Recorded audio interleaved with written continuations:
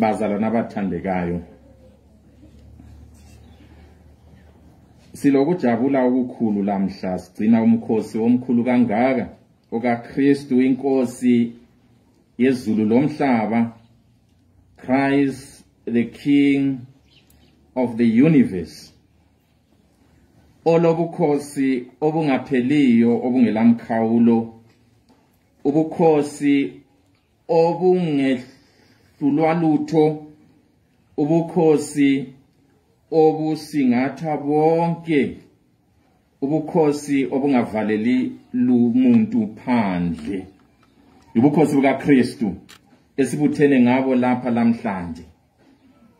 Ubukhosi bukaKristu behlukile nxa sibuqathanisa lobukhosi esibujayeleyo. Ubukhosi bukaKristu kithi buziveza ngendlela kwesinye isikhathi edelelekayo, ngoba linkosi yiyo leyana emulwa intombi emsulwa uMaria, owayengumuntu kazana nje mhla isiza lapha emhlabeni. Inkosi le esibuthene ngayo yiyo leyana eyathi nxa isikhathi sokuba izalwe sesifikile kwaswelakala indawo endlini yezihambi, yiyo le inkosi eyazalelwa esitebeleni.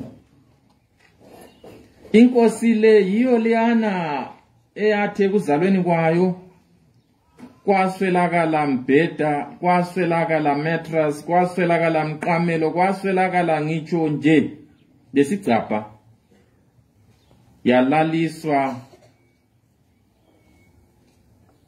emkolweni, emgwembeni. Inkosi le yiyo leyana eyathi sizelwe uHerod wadinga ukuba ayicacade ayiqede. Yiyo leyana eyabalekiselwa ngabazali bayo eGibhite, behamba ngobusuku bechaya idouble up, bengela passport, bengelani, baba nje yizihambi eGibhite. uKristu uyazwisisa okwenzakala kwabanengi bethu lamhlanje, abazithola besebuzimeni bezama ukuba basuke kuleli lizwe beye kuleliyana, bedinga ukuba bathole ungcono. uKristu waba phakathi kwabo, nangiyana esiyakhulela eGibhite phakathi kwabantu ayengabazi, wahlala khona. Yiyo leyo nkosi. Ubukhosi bukaKristu yilobuyana obalwana muntu owathi lanxa esechumayela ilizwi likaNkulunkulu abanengi abaze bamlalela, abanengi bamklolodela, abanengi bamchothoza, kwaze kwafika ekuthini bambophe, bamkhafulele ngamathe, bamchaye ngezimvubu, bamhlabe ngameva, bambethele ngezipikili, bamlengise esiphambanweni, afe bemhleka bethi nangu wasilisa abanengi, kazehlise lapha esiphambanweni nxa eyinkosi. Ubukhosi esikhuluma ngabo yibo boneyana bayenalwana, owathi lenga esiphambanweni wakhala kabahlungu ethi, baba Nkosi yami ungichiyelani na? Owathi lanxa yomile ecela amanzi bamnika inyongo levinika. Ubukhosi lobo ngobayenalwana owagwazwa ngomhedla hlangothini lwakhe, kwaphuma masinyane amanzi legazi. Ubukhosi lobo yibona babuyana obalowana owathi lanxa esefile wangcwatshwa ngaba belothando nje, abasondelayo, ababeseduze laye bengekho. Wangcwatshwa ngabantu ababengananzelelwa kangaka ukuthi baseduze laye, kukanti ke njalo wangcwatshwa emangcwabeni okwebolekwa. Yibo ubukhosi lobo owafa ngendlela enjalo. Ubukhosi bukaKristu bunjalo. Christ comes to us as the universal king, but he comes in his own way. Many people found it difficult to understand the kingship of Christ. They had expected that Messiah, that king, who would rout the foe, who would drive away the Romans, who would destroy their enemies. And yet he came. He spent his time entertaining the poor. He spent his time feeding the hungry. He spent his time instructing the ignorant. He spent his time with the people. This is how Christ presented himself, and this is what he stands for. Though he was in the form of God, he did not count equality with God a thing to be grasped. He emptied himself, taking the form of a servant, and being found in human form. He went even further to embrace death, even death on a cross. Cursed is he who hangs on a carpet.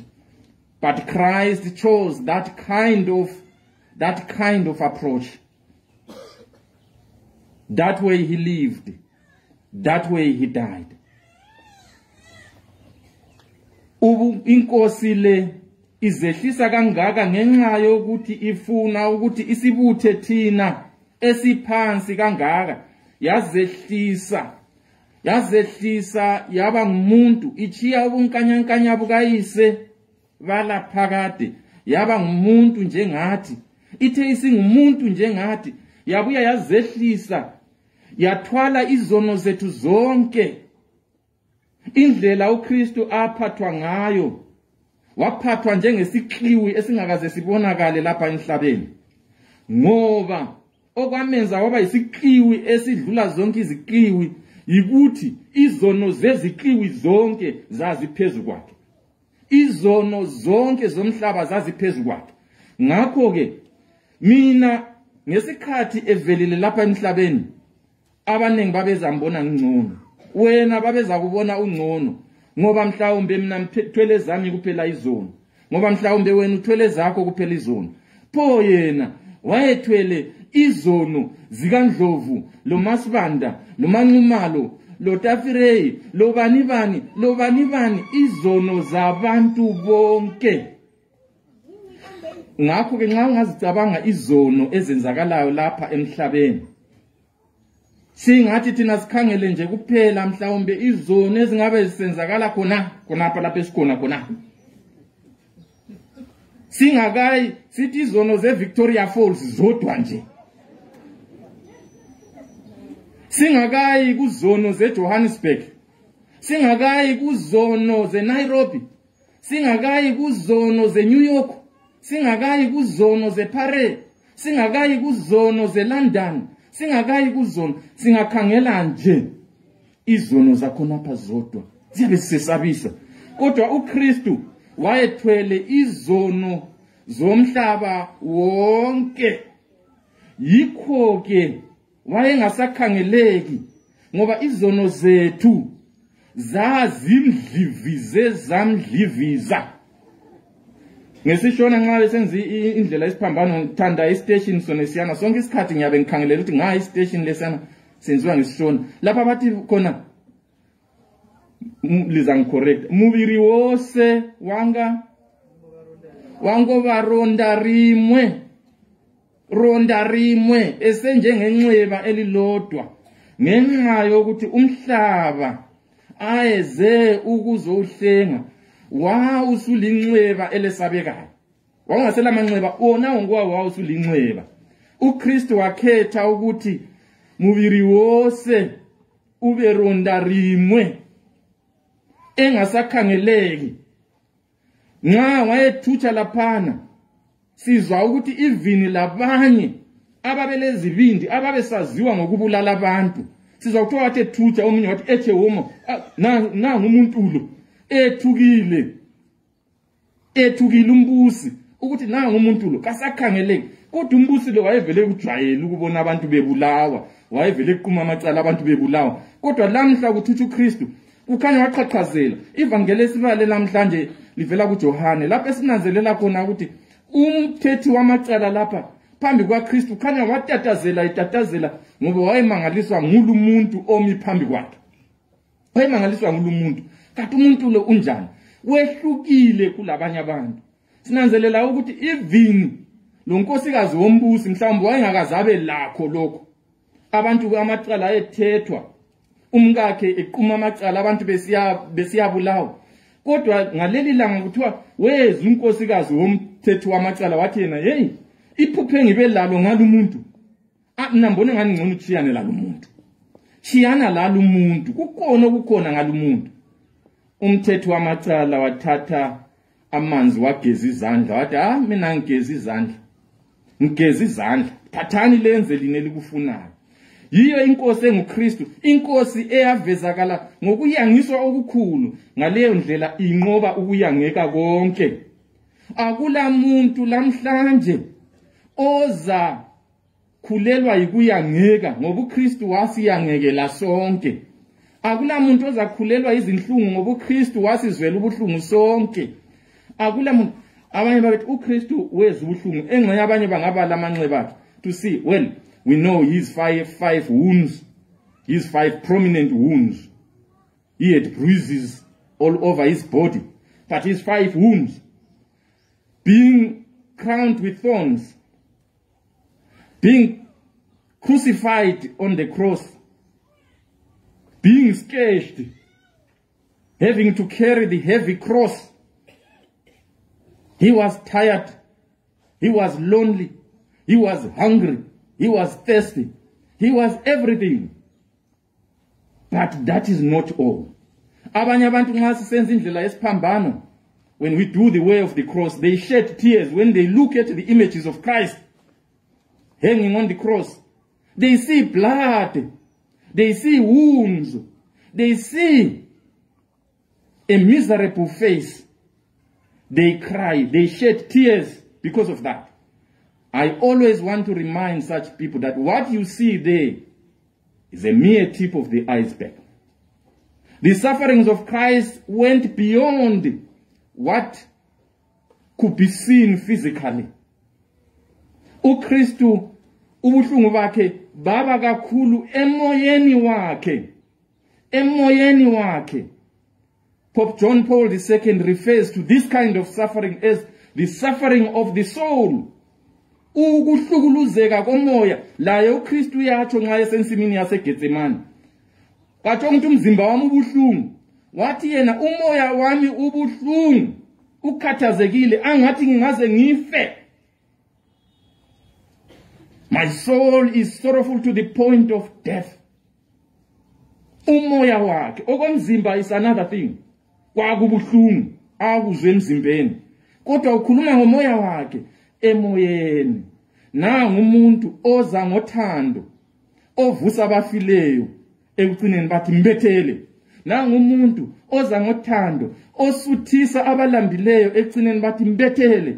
Nangu umuntu oza ngothando, ofundisa abangalalwazi ekugcineni bathi mbethele. Nangu umuntu oza ngothando, oduduza abadubekileyo ekugcineni bathi mbethele. Nga bonke labana abantu babememeza bethi mbethele msuse. Base bengaphi 5000 amadoda ayesitonke singabalo mama labantwana. Base benga zwi. Abanye bamzisa ubuhlungu ngokumemeza bethi mbethele. Kodwa abanye bamzisa ubuhlungu ngokuthula zwi. Base benga indaba bengalabo bengasukuma bathi ungambetheli abanye labo sethi mbethele abanye bethi awuzange asizwa lokho ukuthi kukhona ebenzele konke lokho. Izinhlungu siyazazi thina, siyazazi izinhlungu zomzimba. Sonke lapha sesake sezibuhlungu, sowake wahlatshwa ngameva, sowake watshiswa isikhuni, sowake wephuka umunwe, sowake wathini walimala ngalindlela wazigeca ngehloka wathini. Uyabaza ubuhlungu bomzimba ukuthi bunganani. Abanye sesake satshaywa awutshaya faka imvimvinyo, siyabaza ubuhlungu bomzimba. Kodwa ke bukhona ubuhlungu obudlula lo le inkosi eyabubambayo, yikho inkosi